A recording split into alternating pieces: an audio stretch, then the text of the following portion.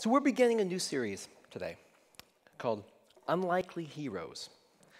And the inspiration behind this is I want to do a little bit of lie busting in you and in me. Just kind of like in our last series, the Holy Grit, the one on resilience, and it was just fun to journey with all of you with that together. We were looking to break the lie that our souls so often believe that when a hard thing happens, we come to the assumption, oh God, where did you go? I thought only good things were supposed to happen to me because I'm trying so hard to be good. But we learned that God is also very often active in those hard times. He's molding and shaping our character. He's building perseverance. I want to dedicate the next 4 weeks to busting another lie. A lie that you may not say it out loud, but we very often believe it. This is the lie. God can't work through me because, and then we fill in the reason, the blank, some reason why, God works through, Billy Graham, God works through, Beth Moore, God works through, these towering figures of history, but God can't really work through me because I'm too young, or I'm too old, or I'm not talented enough, or I'm too rich and beautiful. You can tap your neighbor and say, he's preaching to me today. But we have all these reasons. Why God can't do something great through our lives. And so I wanted us to see some of the stories of people in the scriptures that God says he uses. And so my inspiration for this series actually comes from Hebrews chapter 11. It's sometimes referred to as the Faith Hall of Fame, right? And in that this chapter of all these people who are these faithful, amazing people, we have some people that we know pretty well, like Noah. You've heard of him. He's might have one of the stories you learned as a child. Because what did Noah do? He built an ark, right?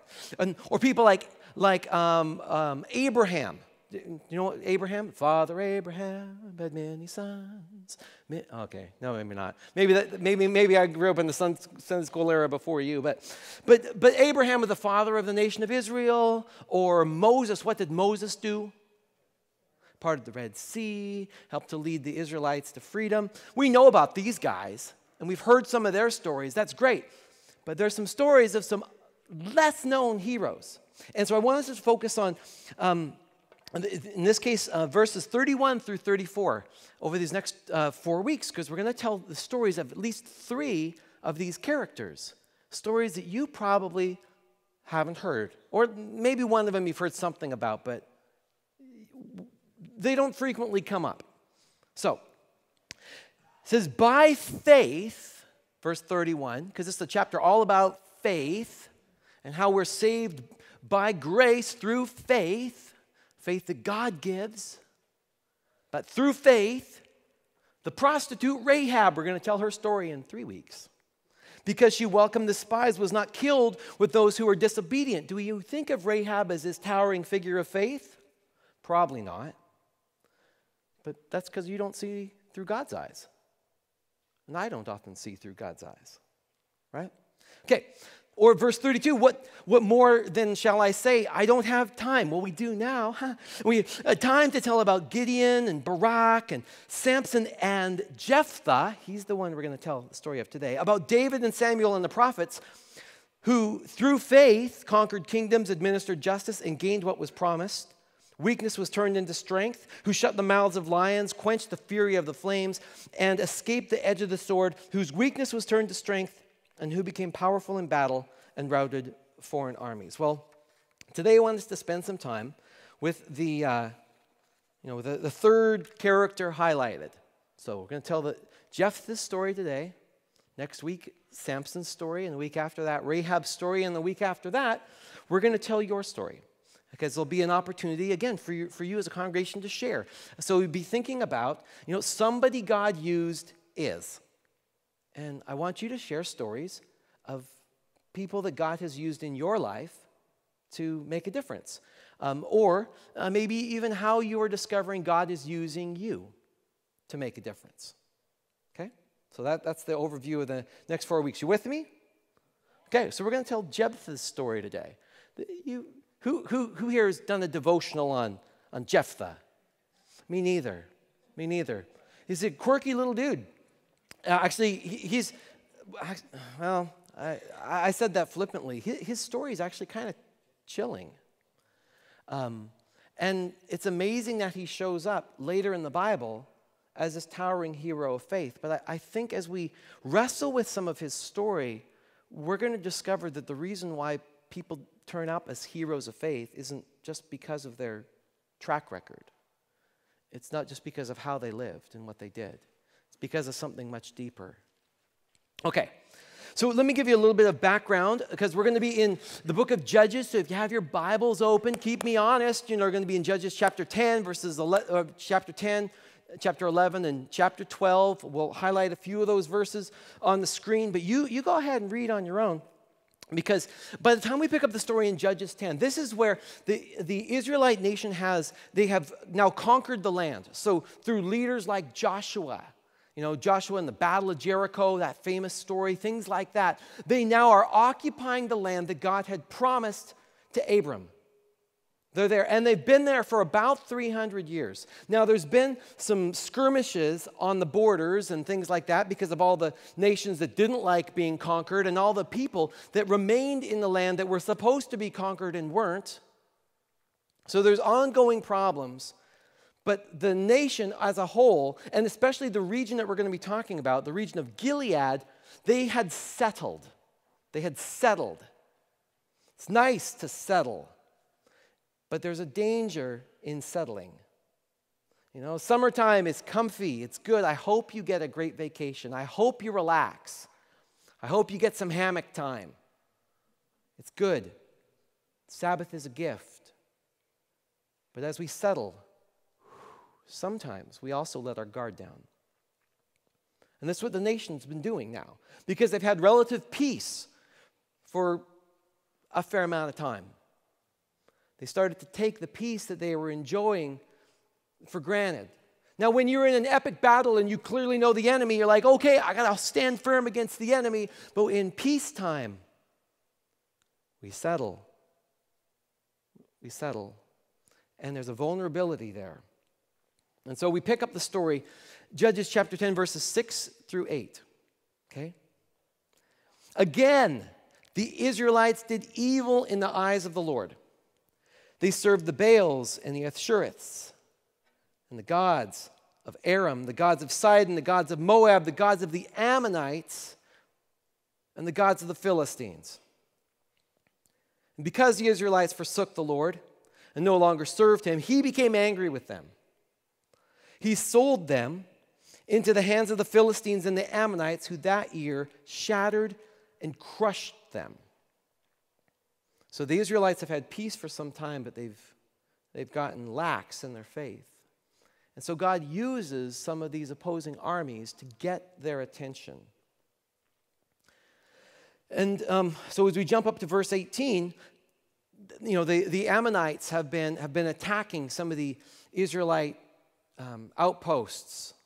And the leaders of Gilead, of this region, they're very concerned about this because people are dying, they're losing territory. It's really bad. So the leaders of the people of Gilead, they said to each other, whoever takes the lead in attacking the Ammonites will be head over all who live in Gilead.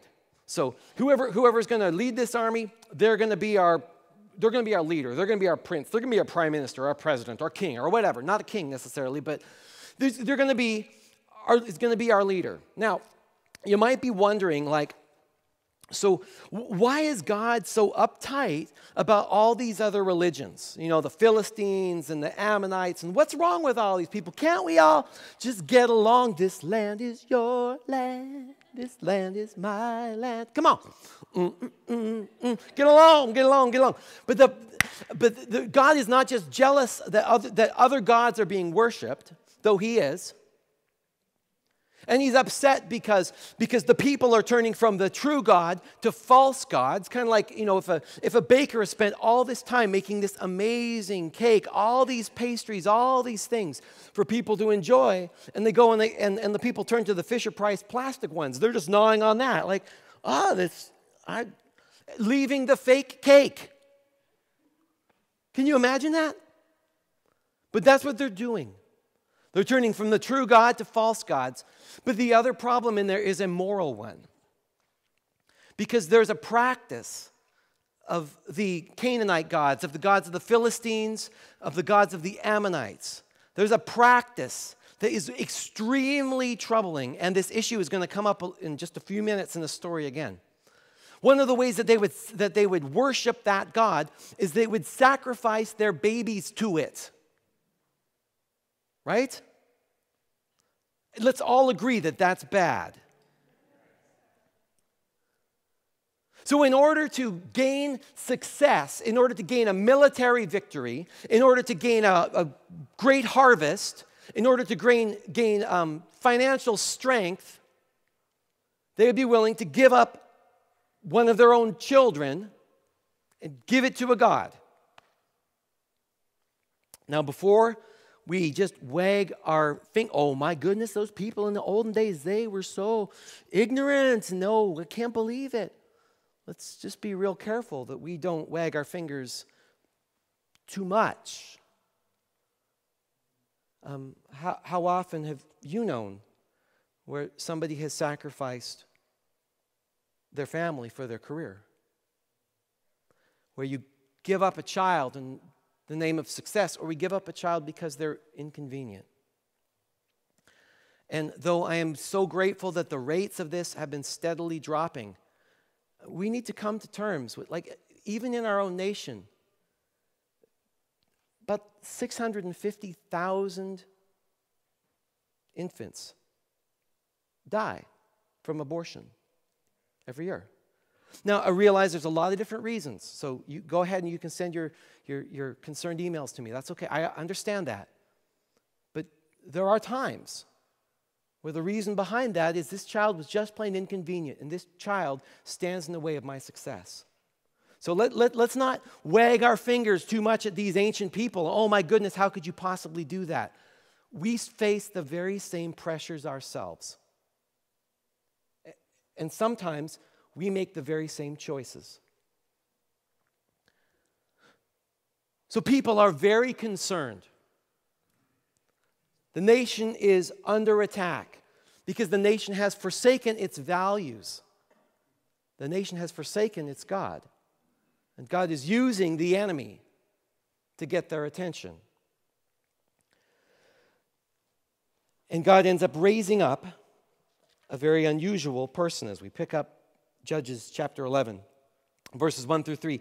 Jephthah, the Gileadite, was a mighty warrior. His father was Gilead. His mother was a prostitute. Gilead's wife also bore her sons. And when they were grown up, they drove Jephthah away. You're not going to get any inheritance in our family, they said, because you are the son of another woman. And we're not even sure that your dad is the dad. So Jephthah was an illegitimate child. Can you imagine what that would have been like on the playground for Jephthah growing up? I mean, bloodlines and family, they matter today, but they really, really mattered back then. So Jephthah would have likely been picked on, made fun of. So Jephthah, he fled from his brothers and he settled in the land of Tob, so an area just to the east of there, where a gang of scoundrels gathered around him and followed him. So just so you get a sense of this, all you lovely Bible nerds, here's where we are on the map. So the land of Gilead, that is the area between the Sea of Galilee and the Dead Sea, just to the east of there. The Ammonites are the threat to the east. The Philistines are the threat to the west. And some of the disputes that are being discussed here are happening in some of the villages along the Arnon River, one of the tributaries into the Jordan River, right in there. And so, the people that have rejected Jephthah, a few years later, they go, well, this guy is kind of a scrapper. He was pretty good on the playground. He beat a lot of kids up. So now that we got this problem with the Ammonites, let's go ask him for help. So that's what they do. So they head off to the land of Todd. And, and so picking it up with verse 9, so Jephthah answered, suppose you take me back to fight the Ammonites, and the Lord gives them to me. Will I really be your head? Will I really be your leader?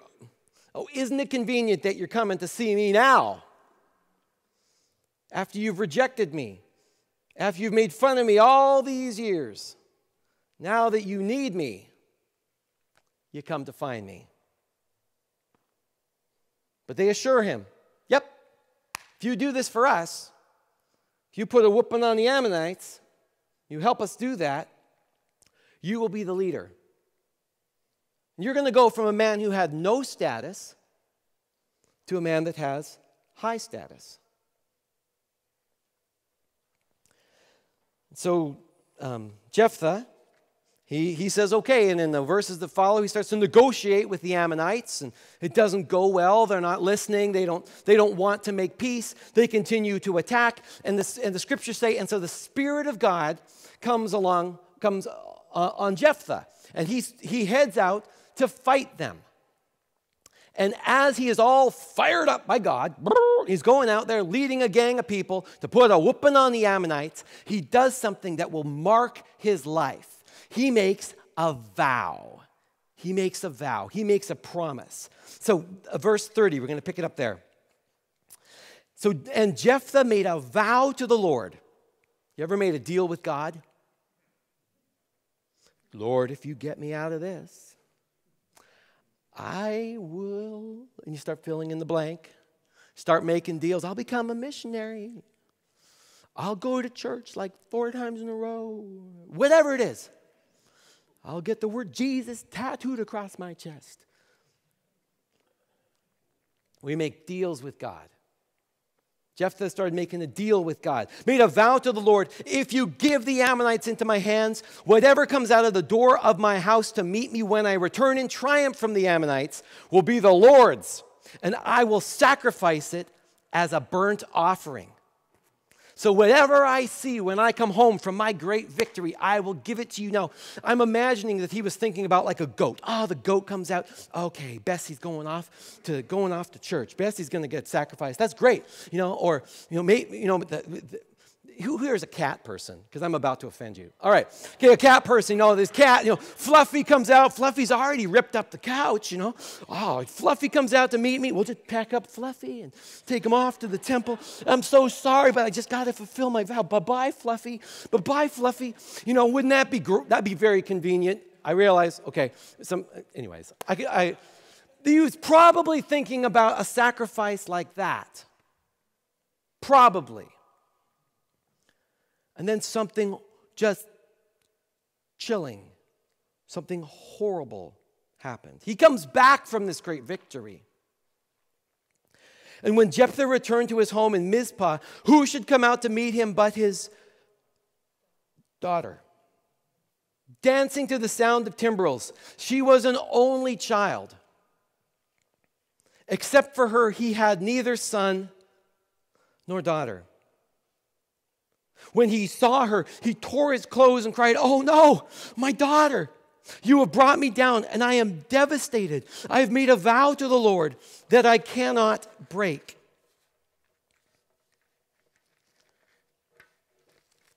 So when you read about Jephthah's story, this is the reason why his story doesn't show up in Sunday school. Jephthah,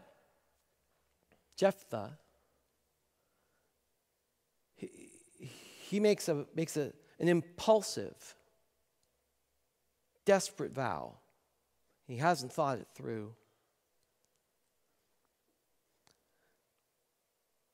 Now, it's one thing to say, "Lord, if you give this to me, I will become a missionary. I will get more serious about going to church. I will get the Jesus tattoo. It's an entirely different thing to say, this is going to happen to them. Jephthah gains the victory, but somebody else pays the consequences for that victory.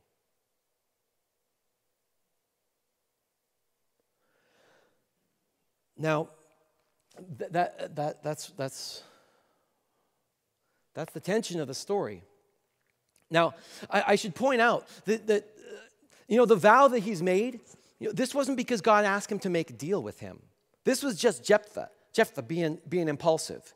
In fact, Jesus would later say in Matthew chapter 5, verses 33, again, you've heard it said to the people long ago, that it was said to the people long ago, do not break your oath, but fulfill to the Lord the vows that you have made. But I tell you, this is the Son of God talking to you and me. Do not swear an oath at all. God is not interested in your silly little deals because you don't know what the future holds.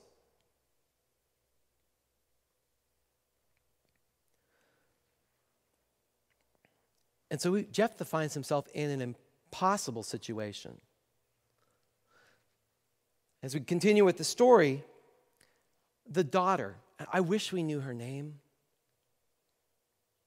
The daughter speaks. My father, she replied, verse 36. You've given your word to the Lord. Do to me just as you have promised, now that the Lord has avenged you of your enemies, the Ammonites. But grant me this one request, she said. Give me 2 months to roam the hills and weep with my friends, because I will never marry. You may go, he said. And he let her go for 2 months. She and her friends went into the hills, and they wept because she would never marry. And after 2 months, she returned to the Lord, and he did to her as he had vowed. And she was a virgin. Now, this I got to point out, this is a point in Scripture where Jesus-loving, Bible-reading Christians have come to some very different conclusions on exactly what happened at this point. Now, there are some scholars, and I got to tell you, I've probably gone back and forth on this a dozen times, in preparing this message. And I know I've had conversations with some of you in the past.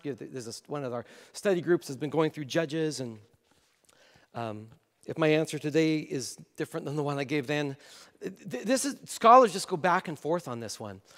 Some would say, hey, what might have happened then as the vow was being fulfilled is that the daughter was given over to service in the temple perpetually. She was kind of like a nun in the temple. She would never marry, but her whole life would just be spent serving God. And that could be the case. And the evidence for that is that, in this verse, the emphasis is on the fact that she's never going to marry, and not the fact that she only has 2 months to live. So that could be the case. I'd kind of like that to be the case.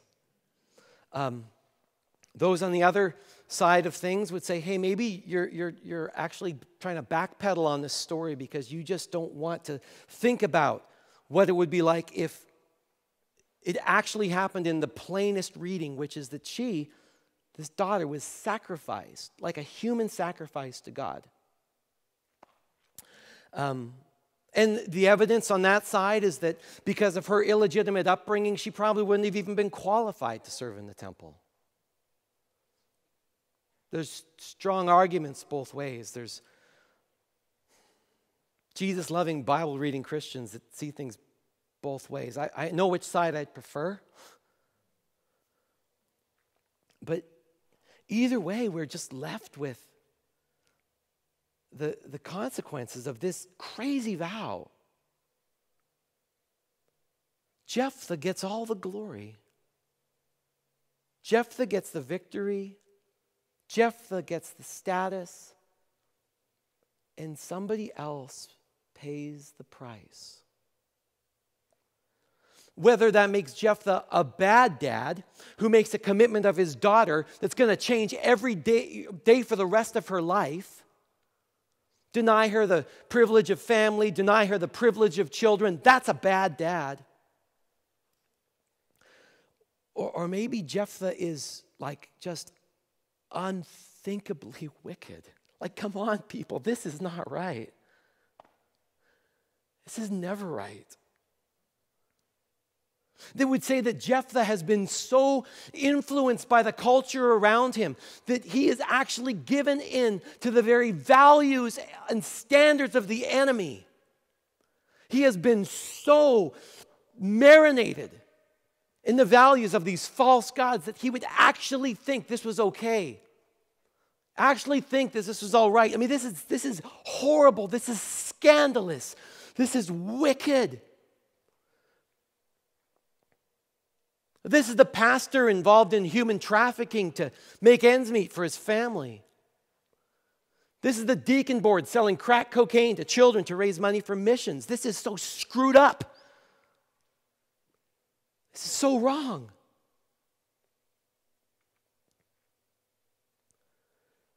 So Jephthah's either a bad dad or he is a horrible human being who has been so influenced by his culture that he can't even see the fact that he is now operating under the enemy's values. Like a nation that's forgotten about life, liberty, and the pursuit of happiness, and forgotten to grant freedom to people. You're playing under the values of the enemy. You've forgotten who you are. Has the nation of Israel slipped that far that this is their leader? I don't know. I don't know. But here's what I do know.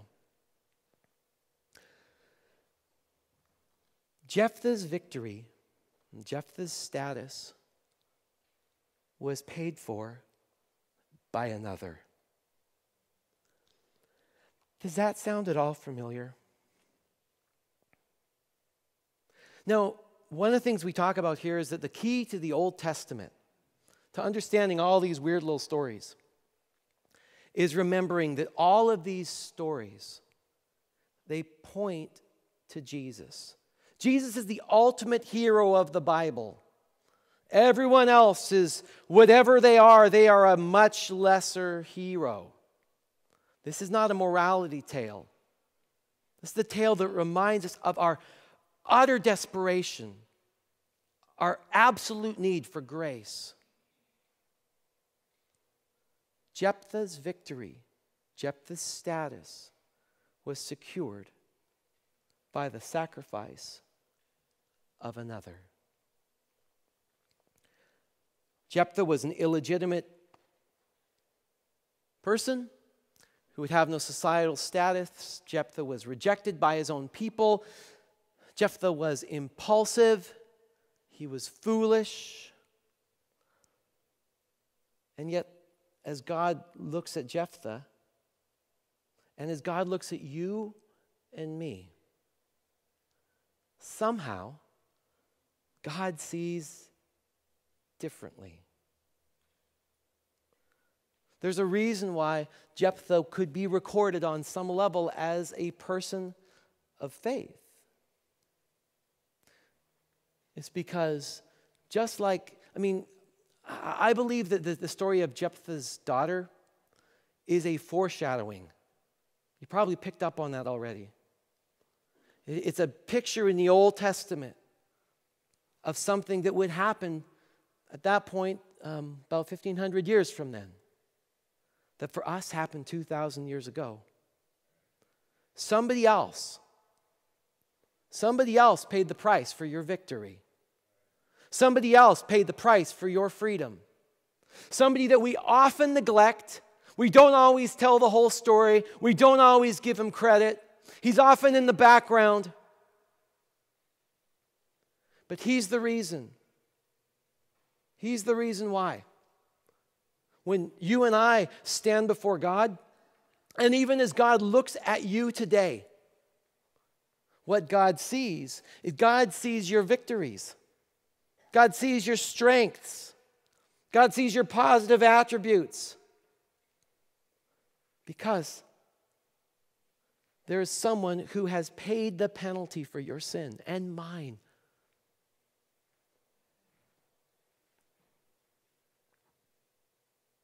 We are in desperate need of grace. And so when God looks at you, when God measures your life, He doesn't look at all the things that you've done in the past. He doesn't look at all the sin in your heart. He looks at the sacrifice of Jesus and says, that one belongs to me. That's how you and I can be listed as people of faith, because you know what's in your heart. You know what's in your soul. I know what's in mine, and it ain't good.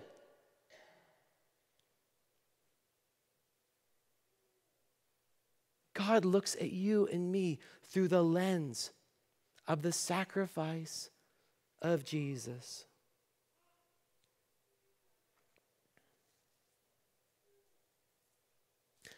So, as we look to bust that lie, there's a lie.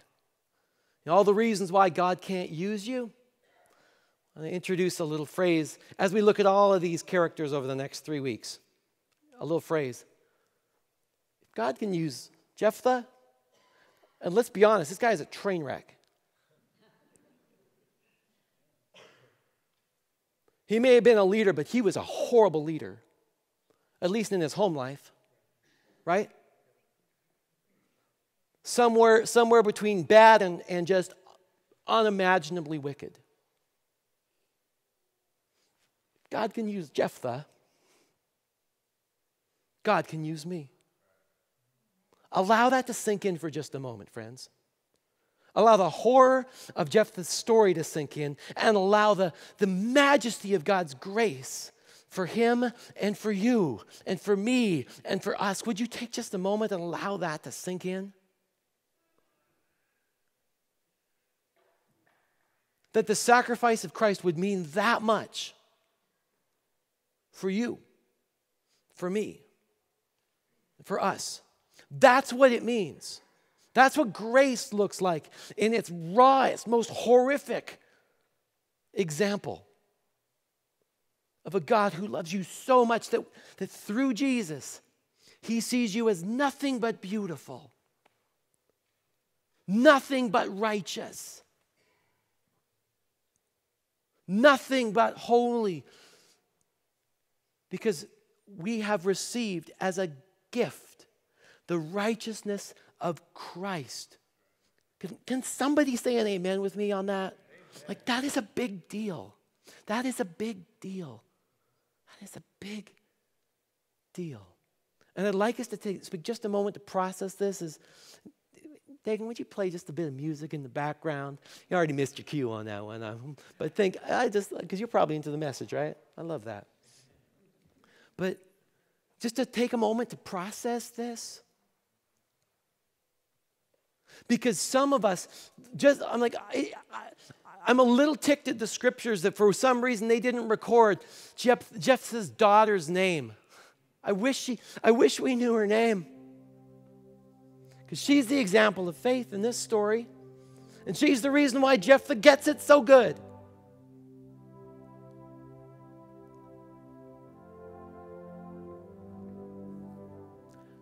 And for many of us, we've kept Jesus on the back burner. We've forgotten his name. We've forgotten what he's done for us. And today could be a moment where you remember again. So I want to give us an opportunity to recommit. Or maybe for somebody here today, you're just hearing this Jesus story for the first time, and that's awesome. Thank you so much for being here. Do you know how much you're loved? Do you know? Do you know? I hope you would know. So with every head bowed and every eye closed,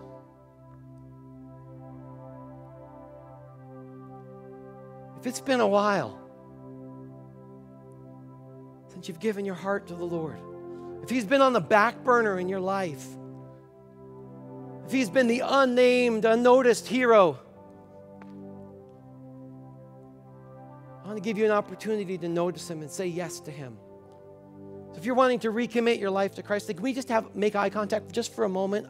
I promise to not put you on the spot. That's not our style. We don't do it like that here. There we go. That's right. That's right. That's right. I just urge you in your own heart just to say, Jesus, I need you. Thank you for what you've done for me.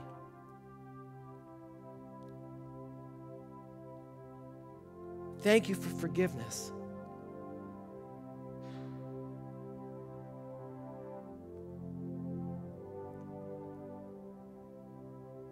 And for the rest of us, as we look to break that lie, I want to urge you to pray this dangerous 3-word prayer under your breath. A dangerous 3-word prayer.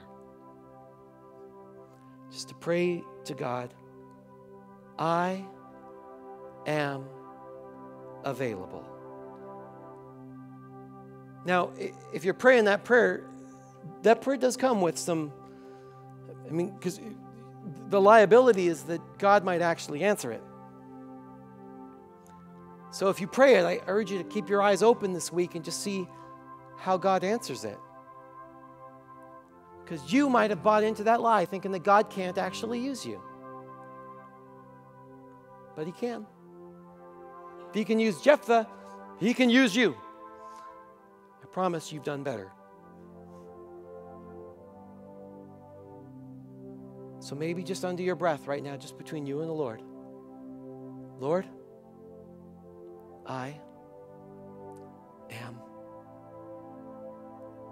available. And Lord, may we, together, may we be available to you. Thank you that you take these broken people, these broken stories, these broken promises, these foolish vows, these victories that we achieved that weren't really ours. You take them and you can do beautiful things with them. We pray all these things in Jesus' beautiful name. Amen. Would you stand?